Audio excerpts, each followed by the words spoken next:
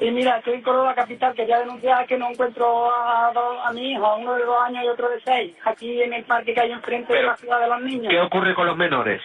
Que no los encuentro. Que los ha perdido, ¿de acuerdo? Es usted el padre, ¿no? Exactamente. De acuerdo, mire, le voy a tomar nota, tranquilícese. El sábado 8 de octubre de 2011, la tranquilidad de una tarde en Córdoba se vio interrumpida por una angustiante llamada al servicio de emergencia. José Bretón Gómez, con voz desesperada, denunciaba la inexplicable desaparición de sus hijos, Ruth, de 6 años, y José, de 2, quienes supuestamente se habían extraviado mientras disfrutaban de una tarde en el parque.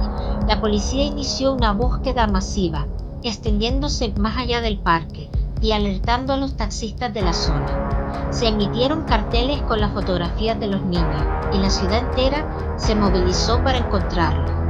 Inicialmente se barajó la hipótesis de un rapto, pero la investigación pronto tomaría un giro inesperado.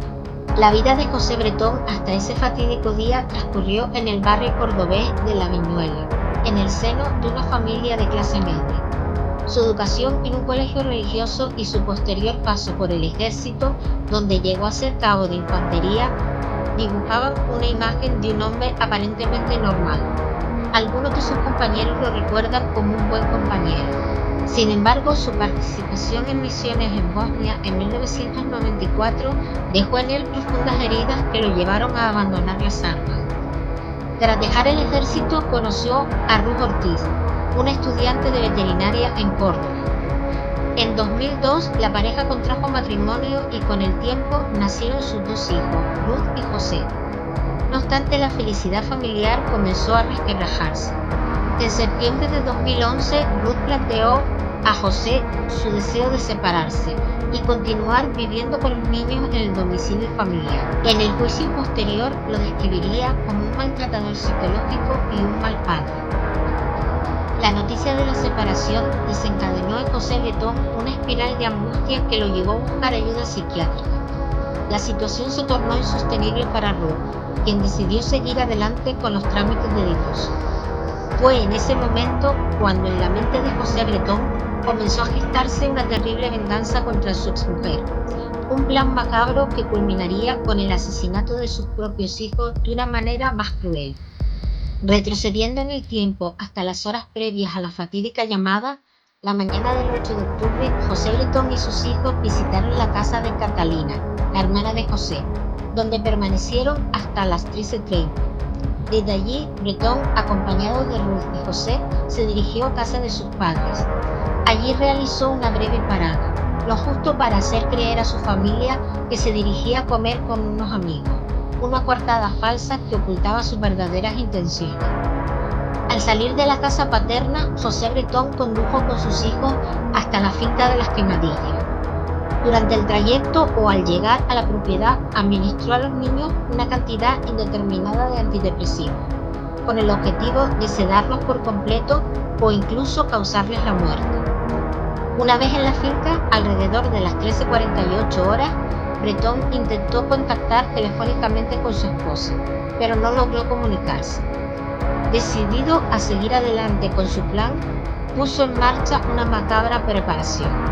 En el lugar apartado de la finca, entre varios naranjos y oculto a miradas indiscretas, Bretón preparó una especie de pira funeraria, con elementos que ya tenía listos.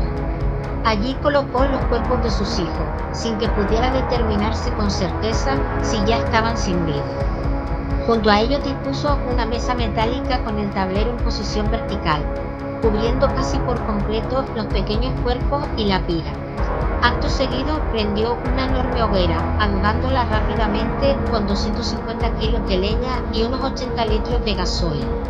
José Bretón permaneció junto a la hoguera hasta las 17:30, alimentándola con gasoil para mantener la elevada temperatura que asegurara la total calcinación y desaparición de los cuerpos de sus hijos. Tras consumar el atroz crimen, Bretón condujo hasta las inmediaciones de la ciudad de los niños, estacionando su vehículo alrededor de las 18 horas y a unos 300 metros del lugar. Allí intercambió mensajes telefónicos con su hermano Rafael, haciéndole creer que se encontraba en el parque con los niños. Cuando consideró que había transcurrido el tiempo suficiente para que la ficticia desaparición de sus hijos resultara creíble, Bretón llamó nuevamente a su hermano Rafael sobre las 18:18, comunicándole que había perdido a los niños. Realizó otras llamadas a familiares, logrando que tanto su hermano como su cuñado José Ortega acudieran a la ciudad de los niños para iniciar una búsqueda desesperada que él sabía inútil. Sobre las 18:40, José Bretón llamó al teléfono de emergencias 112, informando de la desaparición de sus hijos y desencadenando la intervención policial. Alrededor de las 20:45 se presentó en la Comisaría de Policía Nacional de Córdoba para formalizar la denuncia, dando inicio a un procedimiento judicial a pesar de ser plenamente consciente de que no había existido tal desaparición en el parque, sino que él mismo había acabado con la vida de sus hijos horas antes. Esa misma noche, José Bretón fue trasladado a la finca de sus padres, donde la policía realizó una inspección superficial, encontrando una hoguera con evidentes signos de haber sido utilizada recientemente. Este hallazgo comenzó a despertar inquietudes sobre la verdad detrás de sus declaraciones. Además de revisar la finca, la policía inspeccionó el vehículo de José, en el que encontraron un par de objetos filosos de cocina y cinta adhesiva gris. Él intentó justificar esto alegando que eran parte de las cosas de la mudanza tras su separación, pero su actitud fría y calculadora no convencía a los agentes. A la mañana siguiente, mientras la angustia por la desaparición de los niños seguía creciendo, la policía volvió a interrogar a José. En este contexto, solicitaron las imágenes de las cámaras de seguridad de las rutas entre la finca y el parque. Las grabaciones mostraron el automóvil de José, pero en ninguna de ellas aparecían sus hijos. Además, testigos en el parque esa tarde afirmaron haberlo visto solo, sin rastro de los pequeños. Ese día los agentes regresaron a la finca para examinar nuevamente la hoguera. Al comprobar que ya estaba apagada, encontraron una estructura rectangular y una mesa de hierro caída, que había utilizado para aumentar la temperatura del fuego. En la hoguera hallaron fragmentos que parecían ser huesos, lo que generó la inquietante hipótesis de que podrían ser restos humanos de los niños. En un primer informe de la investigación judicial, Josefina Lamas, antropóloga forense de la Policía Científica, dictaminó que los restos hallados en la hoguera correspondían a huesos de animales, concretamente roedores y pequeños carnívoros. Este error crucial retrasó significativamente la resolución del caso.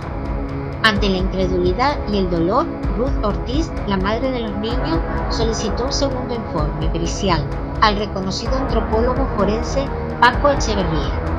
Su análisis reveló la presencia de fragmentos óseos humanos, que además, por su tamaño, podrían corresponder a niños de 2 y 6 años, hallados entre los restos de la hoguera. Un tercer análisis realizado por otra forense confirmó la naturaleza humana de los restos, lo que llevó a la destitución de Josefina Lamas y a un punto de inflexión en la investigación. Lejos de reconocer su negligencia, Lamas llegó a acusar a Echeverría de haber emitido sus conclusiones bajo los efectos del alcohol. Llegada la Navidad de 2011, José Bretón, ya en prisión, inició una huelga de hambre. Diversos informes psicológicos y psiquiátricos elaborados durante ese tiempo aseguraron que Bretón no padecía ningún trastorno mental, aunque mostraba rasgos narcisistas y antisociales. 6 meses después de la desaparición de los niños, se levantó el secreto del sumario. Fue entonces cuando una cascada de testimonios comenzó a señalar a Bretón como un hombre celoso y vengativo, que había matado a sus hijos por venganza. El acusado declaró hasta en 2 ocasiones ante el juez, manteniendo su versión de que había perdido a los niños en el parque. El juez instructor número 4 de Córdoba acusó formalmente a Bretón de los delitos de asesinato con alevosía y la agravante de parentesco. Asimismo, el equipo de antropólogos forenses de la Universidad Complutense de Madrid confirmó que a pesar del deterioro de los restos, eran inequívocamente humanos y pertenecían a 2 niños pequeños. El juicio de José Bretón comenzó el 17 de junio de 2013. Desde el inicio su comportamiento fue inquietante, mostrando una postura y una mirada que generaban escalofríos. Durante el proceso, varios testigos declararon, incluyendo a Ruth. Breton negó haberle quitado la vida a sus hijos, reiterando que daría su vida por ellos. Ruth, por su parte, relató la infelicidad de su matrimonio y los episodios violentos por parte de José, tanto hacia ella como hacia los niños. También testificaron trabajadores de la gasolinera donde José compró el combustible para la hoguera, así como los familiares y vecinos. Los forenses confirmaron que los restos analizados eran indudablemente humanos. El 12 de julio de 2013, tras 3 días de deliberación, el jurado popular declaró a José Breton, de 40 años, culpable del asesinato de sus hijos, motivado por venganza contra su exesposa. Durante la lectura del veredicto, José se mostró tranquilo, sin reaccionar. Finalmente, el 22 de julio de 2013, José fue condenado a 20 años de prisión por cada asesinato, además de una pena adicional por simulación de detención ilegal. Curiosamente, tras el veredicto, José pareció complacido con la atención mediática, sugiriendo que esto podría traerle beneficios económicos. Su abogado anunció que recurriría a la sentencia. En marzo de 2014 presentó un recurso de casación, alegando violaciones a su presunción de inocencia. No obstante, aunque ese mismo año el alto tribunal ratificó su condena a 40 años de prisión, un año después, en 2015, la Audiencia Provisional de Córdoba redujo la pena a 25 años. En octubre de 2016, José volvió a hacer noticia tras haber intentado quitarse la vida en prisión, aunque su abogada sugirió que todo indicaba que había sido agredido por otro preso. Tras varias semanas en el hospital, regresó a la prisión, donde continuó recibiendo visitas, incluyendo a su madre, quien aún creía en su inocencia. En 2019 se le negaron los permisos penitenciarios debido a su falta de arrepentimiento y reconocimiento de los delitos, así como la ausencia de disculpas a las víctimas. En marzo de 2025, este escalofriante caso volvió al ojo público con la intención de publicarse el libro El Odio, basado en 60 cartas y entrevistas que el autor mantuvo con José Breton en prisión.